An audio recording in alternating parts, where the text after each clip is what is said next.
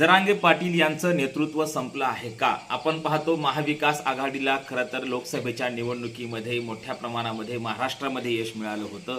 आता विधानसभेच्या निवडणुका येत आहेत आणि या पार्श्वभूमीवर आपण पाहतोय पाडेंगे पडेंगे अशा घोषणा केल्यानंतर सुपडा साफ करेंगे अशी भाषा बोलल्यानंतर आज त्यांनी जी काही निवडणुकीतून माघार घेतली आणि माघार घेतल्यानंतर समाजातून त्यांच्यावर मोठ्या प्रमाणात टीका होत आहे.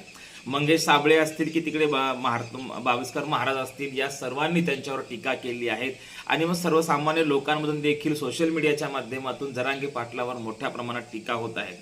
जरांगेचं नेतृत्व संपले आहे का किंवा जरांगेंचे नेतृत्व का संपले या प्रश्नाचं उत्तर पाहूयात या व्हिडिओच्या माध्यमातून. नमस्कार, मी डॉक्टर नागराज मगरे, शब्दयोद्धा लाईव्ह मध्ये आपल्या सर्वांचं मनपूर्वक स्वागत. 14 महिन्यापूर्वी खरं तर आपण पाहतोय महाराष्ट्रामध्ये मराठा आरक्षणाचं आंदोलन खऱ्या अर्थानं सुरू झालं आणि या आंदोलनाच्या माध्यमातून जरांगे पाटील हे नाव घराघरात गेलं. अंतरवाली, सराठी आणि जरांगे याच्या भोवतीच मीडियाही होता, महाराष्ट्राचं राजकारणही होतं. परंतु अचानक एका रात्रीमध्ये असं काय घडलं की त्या दिवशी अंतरवाली सराटीमधून आपण पाहतोय आदेश आला की आता लढायचं नाही आणि एकीकडे लढण्याची भाषा करणारे, आम्ही गरिबांची पोरं आमदार करणारे जरांगे पाटील अचानक असं म्हणाले की आता आम्हाला लढायचं नाही. आणि हे जेव्हा आदेश आला तेव्हा अंतरवाली सराटीमध्ये थांबलेले लाखो कार्यकर्ते आणि त्यांचे उमेदवार, इच्छुक उमेदवार यांना माघारी परतावं लागलं आणि माघारी परतल्यानंतर लोकांनी सोशल मीडियावरती, फेसबुक असेल, व्हॉट्सअप असेल, ट्विटर असेल, अशा सोशल मीडियातून आणि मीडियातून मोठ्या प्रमाणामध्ये आपण पाहतोय जरांगे पाटलांवर टीका झाली. त्यामध्ये प्रामुख्याने मंगेश साबळे यांची टीका फार जहरीली आहे. त्यांनी ढसाढसा रडून जरांगे पाटलांवर टीका केली की गरिबांची पोरं तुम्हाला आमदार करायचे होते, नेमके गरिबांची पोरं तुम्ही आमदार करणार आहात का? याच्या अनेक पोस्ट व्हायरल होत गेल्या आणि मंगेश साबळे यांनी सांगितलं की आम्ही गरीब आहोत म्हणून आम्ही निवडणूक लढायची नाही का? एकीकडे जरांगे पाटलांनी भाषा बोलली होती की मी गरिबांची पोरं आमदार करणार, गरिबांच्या पोराला सत्तेमध्ये आणणार, प्रस्थापित आमदारांना पाडणार, प्रस्थापित नेत्याला पाडणार आणि महाराष्ट्रामध्ये आरक्षण घेऊनच दाखवणार. अशी आत्मविश्वासाची भाषा बोलणारे जरांगे पाटील निवडणुकीमध्ये विधानसभेचे फॉर्म भरायच्या शेवटच्या दिवसापर्यंत ठाम असलेले आणि मराठा, मुस्लिम आणि दलित असं समीकरण घेऊन चालणारे खरं तर जरांगे पाटील, असं काय घडलं की त्यांनी माघार घेतलेली आहे आणि मग या माघार घेतल्यामुळे जरांगे पाटलांचं नेतृत्व संपलं आहे का? तर होय, हे नेतृत्व संपलेलं आहे. आणि का संपलं आहे तर याची कारणं अशी आहेत की त्यांनी ज्या पद्धतीने इथल्या गरीब मराठ्यांना जे आश्वासनं दिलेली होती, जे गरिबांचं नेतृत्व म्हणून ते पुढे आलेले होते, त्यांनी गरिबांचं नेतृत्व म्हणून काम केलं. परंतु आत्ता मात्र विधानसभेच्या निवडणुकीमध्ये प्रस्थापित नेत्यांना खरं तर पाडण्याची भाषा बोललेले, लोकसभेमध्ये प्रस्थापितांनाच निवडून दिलं आणि गरीब मुलांना पाडलं, गरिबांच्या पाठीशी राहिलेले नाहीत आणि लोकसभेचा मुद्दा मोठा होता ते असं म्हणतात. परंतु जेव्हा विधानसभेचा प्रश्न येतो तेव्हा विधानसभेच्या प्रश्नावर मात्र विधानसभेच्या निवडणुकीमध्ये मात्र त्यांनी सांगितलं होतं की मी 140 ते 152 आमदार निवडून आणणार असं म्हणणारे जरांगे पाटील मात्र यानंतर असं म्हणतात की नाही, आता आम्ही पडणार, सुपडा साफ करणार अशी भाषा बोलणारी जरांगेंनी अचानक माघार घेतली आणि या माघारीचा परिणाम खरं तर गरीब मराठा समाजावर झाला.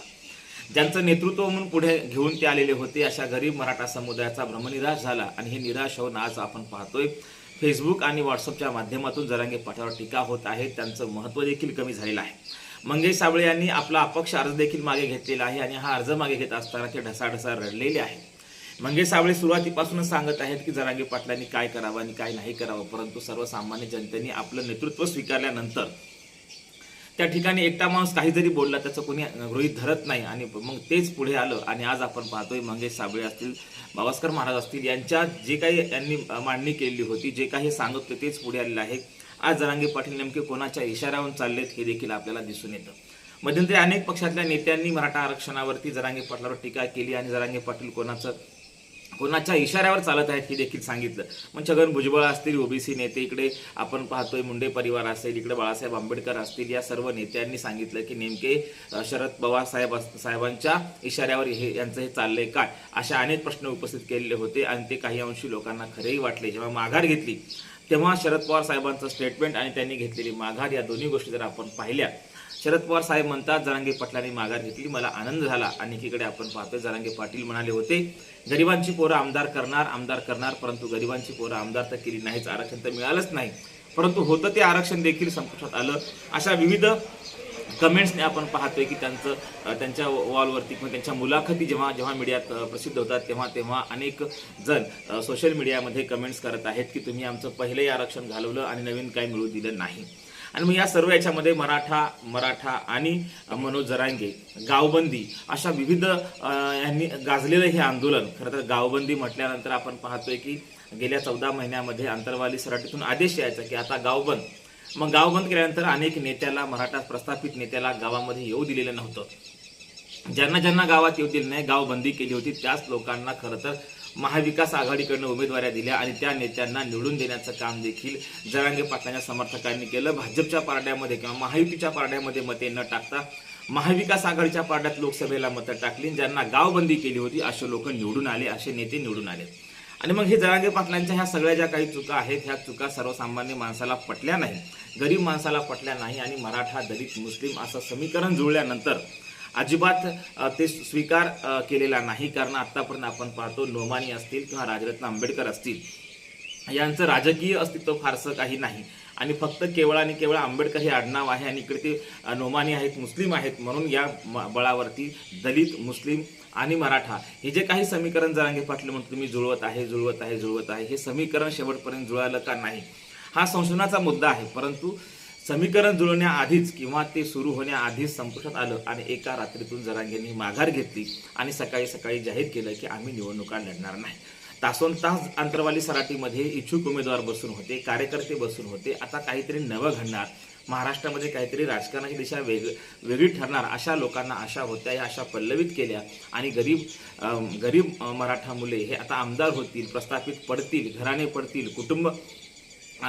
कौटुंबिक जे राजकारण आहे ते संपुष्टात येईल असं सर्व काही वाटत होतं. परंतु जरांगे पाटलांनी मात्र माघार घेतल्यानंतर हे कळून चुकलं की महाविकास आघाडीला जसा लोकसभेला पाठिंबा देण्यात आला, नकळत पाठिंबा गेला आहे, परंतु महायुतीला फटका बसला होता. आणि या निवडणुकीमध्ये त्यांनी माघार घेतल्यानंतर सर्वसामान्य मराठा समाज मात्र आज सावध झालेला आहे, संभ्रमित झालेला आहे.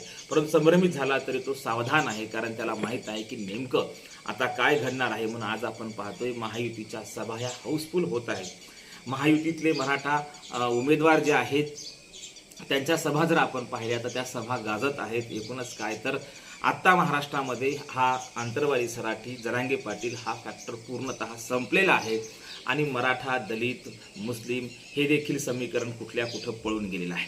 आणि मग अशा प्रसंगी अपक्षांना पाठिंबा द्या. कधी म्हणायचे अपक्षांना पाठिंबा देऊ, कधी म्हणायचं अपक्षांना फॉर्म भरून ठेवा. आणि अनेकांना शेतकऱ्याची कष्टकऱ्यांच्या पोरांनी, मराठा पोरांनी इकून तिकून पैसा गोळा करून आपले अपक्ष फॉर्म भरले. अनेक ठिकाणी आपण पाहतोय 17, 18 ठिकाणी फॉर्म भरले आणि कोणाला उचलून घ्यायचे आणि कोणाला ठेवायला सांगायचं ते मी शेवटच्या दिवशी सांगतो असं ते म्हणाले होते.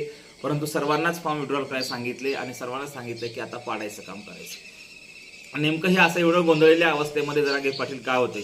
स्वबळाची भाषा बोलणारे, मी स्वतः सर्व काही करतो म्हणणारे जरांगे पाटील, 140 आम्ही निवडून आणतो म्हणणारे जरांगे पाटील मात्र या ठिकाणी कुठेतरी चुकले. आणि आपण पाहतोय की त्यांनी माघार घेतली का घ्यायला लावली हे तुम्ही ठरवा. परंतु ही माघार घेतल्यानंतर मात्र त्यांच्या बाबतीमध्ये लोकांच्या ज्या अपेक्षा होत्या त्या भंग झाल्या आणि लोकांमध्ये त्यांच्याबद्दल संशयाचं वातावरण निर्माण झालं. आणि म्हणून या काळामध्ये आपण पाहतोय उमेदवार जे आहेत पाडा म्हणण्याची भूमिका ही सर्वसामान्य माणसाला पटलेली नाही. तुम्ही गरिबांची पोरं आमदार करणार होते, आरक्षण मिळवून देणार होते, ते केलं नाही. आणि पुन्हा एकदा प्रस्थापितांच्याच गळ्यामध्ये आपल्याला माळा टाकायच्यात का? प्रस्थापितांनाच निवडून द्यायचं का? ज्यांनी गेल्या 70 वर्षामध्ये 50-60 वर्षामध्ये राजकारण ज्यांचे घराणे आहेत त्यांनी मराठा आरक्षणाचा प्रश्न कधीच निकाली काढला नाही.